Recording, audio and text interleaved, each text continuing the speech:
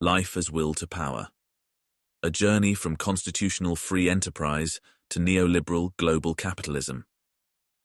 In the stirring spirit of our revolutionary forebears, we must confront the present state of affairs with both clarity and resolve. Our modern world, filled with marvels of progress and innovation, has nonetheless strayed from the righteous path envisioned by our founders. We find ourselves grappling with a narrative that blames our missteps on the very constitutional framework that once served as our guiding light. Let us consider the evolution of capitalism, a journey symbolized by the equation M equals C equals M prime, signifying the positivity of growth and mutual benefit. Evolved from free enterprise, which was envisioned as an altruistic vehicle where all involved parties could thrive through good faith actions in pursuit of their own interests, completing the all-important paradox of altruism. However, where does the self-interest part come from? As posited in the previous essay, The Meaning of Life, if one can again imagine entities such as businesses, unions, and even states taking on lives of their own, becoming actual living organisms themselves, they will then exhibit the same troubling Nietzschean tendencies. All living entities need to survive.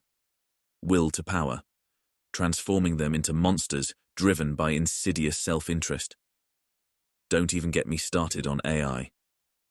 Fordism, with its mass production methods and industrial efficiency, brought unprecedented prosperity by demonstrating the power of middle-class consumers.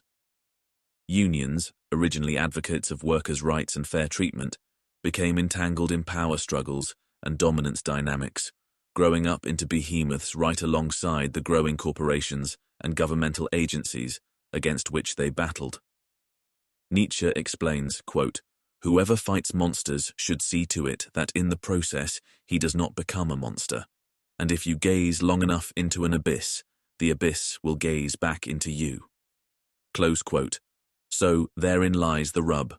Who could be against a group advocating for human rights? It's like hating unicorns and puppies. But beware, those puppies often grow into very large and fierce beasts, and who knows about unicorns, except for that rather large and sharp magical horn on their forehead. As such, we should be wary any time the federal government shows up and says, "Hi, I'm here to help." If life is simply mutual gain, growth, and negentropy, it is also power and will. We tend to exert quite simple notions to defining life. I am alive, therefore things like me are alive. Others are very convenient, illusory constructions for this project.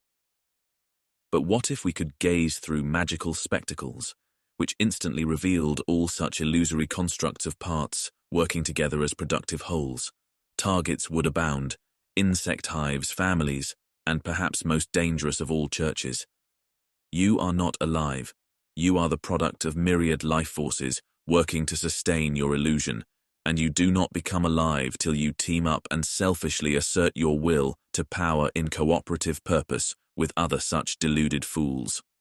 And thus the magic happens, especially under the auspices of our founders' ingenious constitutional free enterprise system.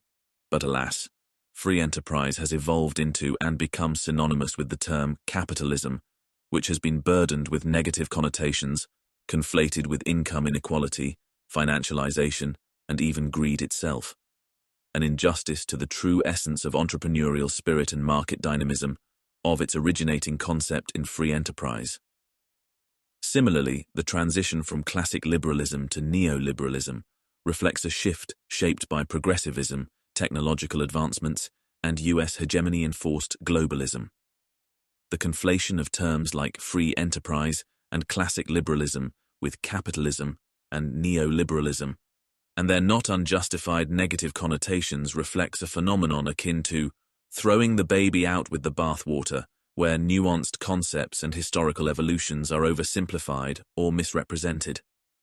It is essential to disentangle these terms and critically examine their implications to foster informed discourse and policymaking, if we are to escape the prison in which the monsters have caged us. In conclusion, as we reflect on our journey through history, let us not blame our constitutional framework for the distortions wrought by ambition and misunderstanding. Instead, let us uphold the noble principles that have guided us since the dawn of our revolutionary struggle. As Nietzsche knew, and our founders warned, monsters abound, even in ourselves. Which is why our founding fathers gave us a system to check, balance, and decentralize power, to keep the monsters at bay. In the pursuit of liberty and justice for all, it is our duty to reclaim and preserve the virtues that defend as well as define our nation's experiment and identity.